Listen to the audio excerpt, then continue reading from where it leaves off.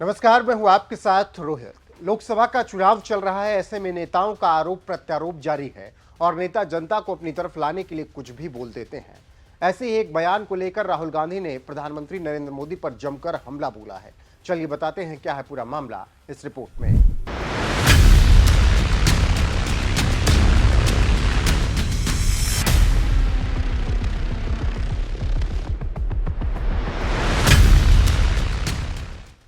दरअसल लोकसभा चुनाव का आखिरी चरण 1 जून को होने वाला है। ऐसे में सभी पार्टियां अपनी ताकत के साथ अंतिम दौर की लड़ाई लड़ने निकल चुकी हैं। ऐसे में बिहार में राहुल गांधी रैली कर रहे थे और इसी रैली में मोदी पर तीखा हमला बोला और कहा कि नरेंद्र मोदी ने परमात्मा वाली कहानी क्यों निकाली। जब चुनाव के बाद ईडी के लोग नरेंद्र मोदी से अडानी के बारे में पूछेंगे तो नरेंद्र मोदी कहेंगे, मैं नहीं जानता, ये मुझसे परमात्मा ने कहा था। तो आप समझ सकते हैं कि कैसे इतना तीखी बात राहुल गांधी ने नरेंद्र मोदी को लेकर बोली है। सुनिए राहुल गांधी ने क्या कुछ कहा है। तो नरेंद्र मोदी जी का जवाब आता है, पहले सोचते हैं थोड़ी देर, ऐसे सोचते हैं।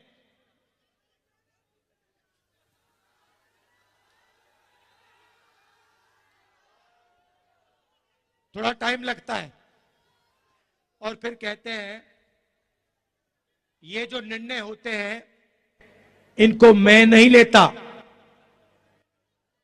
ये परमात्मा लेता है, मुझे परमात्मा ने ऊपर से भेजा है, मैं बायोलॉजिकल नहीं हूं, मैं परमात्मा का मैसेंजर हूं, उनका काम करने आया हूं। ये उन्होंने पता है क्यों कहानी निकाली है ये परमात्मा वाली? क्योंकि चुनाव के बाद जब वही ईडी के लोग नरेंद्र मोदी से अडानी जी के बारे में पूछेंगे तो नरेंद्र मोदी कहेंगे, मैं नहीं जानता, परमात्मा ने कहा था। मोदी जी, आप लंबे लंबे भाषण देना बंद कीजिए। आप देश को बांटने की कोशिश नहीं कीजिए। आप सबसे पहले देश के युवाओं को यह बताइए, बिहार के युवाओं को यह बताइए कि आपने हिंदुस्तान के युवाओं को कितना रोजगार दिया, कितनी नौकरियां दी। आपने 2 करोड़ युवाओं को रोजगार देने की बात की थी, आपने एक युवा को नौकरी नहीं दी। यहां हाथ उठा के दिखाओ भैया, बेरोजगार, ये बेरोजगार हाथ उठा के दिखाओ। ये है नरेंद्र मोदी का नतीजा, इनकी पॉलिसी का नतीजा। तो इससे आप समझ सकते हैं कि किस तरीके से बख्तियारपुर में राहुल गांधी ने नरेंद्र मोदी पर हमला बोला और इसी को लेकर बीजेपी अब गुस्से में है। इसके साथ ही साथ राहुल गांधी ने कहा यह चुनाव संविधान बचाने का चुनाव है, क्योंकि बीजेपी के नेता कहते हैं कि हम संविधान को बदल देंगे। लेकिन मैं नरेंद्र मोदी और उनके लोगों से कहना चाहता हूं कि संविधान को कोई छू भी नहीं सकता। अगर किसी ने इसे बदलने की हिम्मत की तो उसके सामने पूरा इंडिया गठबंधन खड़ा मिलेगा। अब भाई और बहनों, ये जो चुनाव है ये संविधान का चुनाव है। यह पहला चुनाव है जहां बीजेपी के नेताओं ने कहा है कि हम इस संविधान को फाड़ के फेंक देंगे।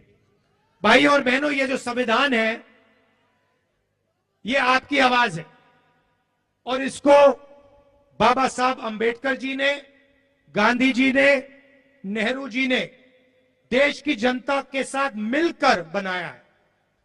और मैं नरेंद्र मोदी और उनके चमचों को कहना चाहता हूं कि दुनिया में कोई शक्ति इस संविधान को छू तक नहीं सकती है।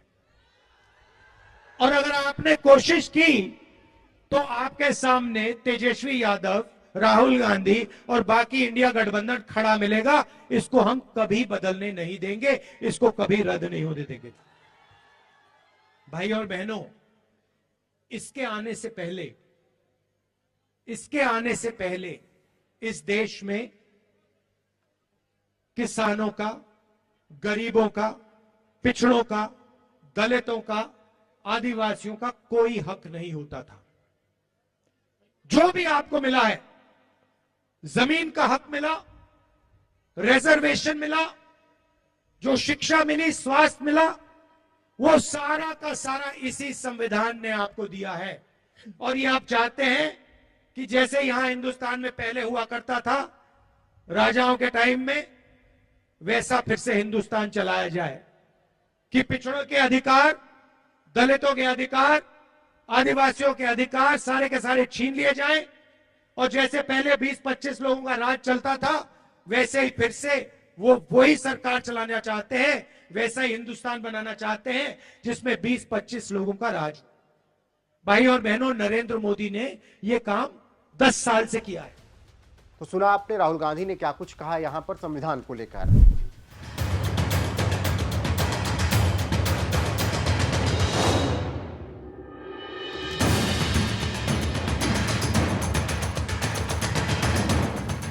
वहीं राजनीतिक विश्लेषकों की माने तो बिहार में बीजेपी की हालत खराब है और इसीलिए मोदी साहब बिहार में धुआंधार कैंपेन कर रहे हैं, लेकिन जनता सुनने को तैयार नहीं।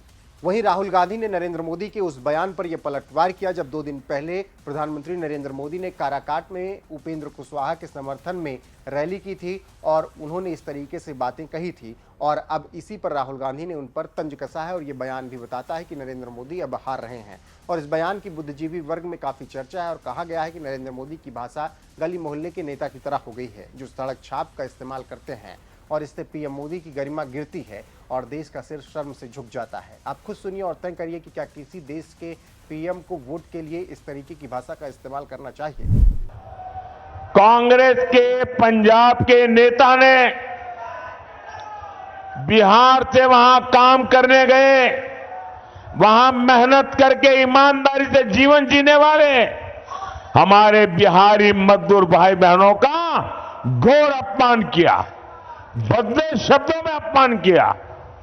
कहा अब हम उन्हें बिहारियों को पंजाब में घर नहीं देने देंगे, घुसने नहीं देंगे। कांग्रेस के मिनिस्टर ने कहा है, कांग्रेस के शाही परिवार ने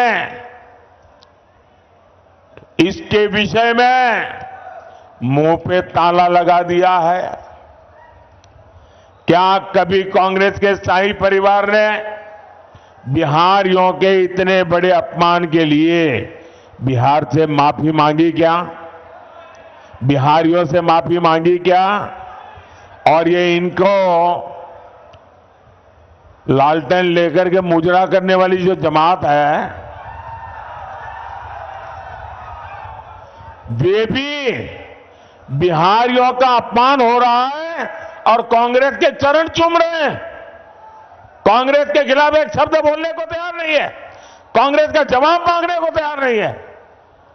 आरजेडी में हिम्मत नहीं कि बिहारियों के अपमान पर वो कांग्रेस को एक शब्द भी बोल पाए।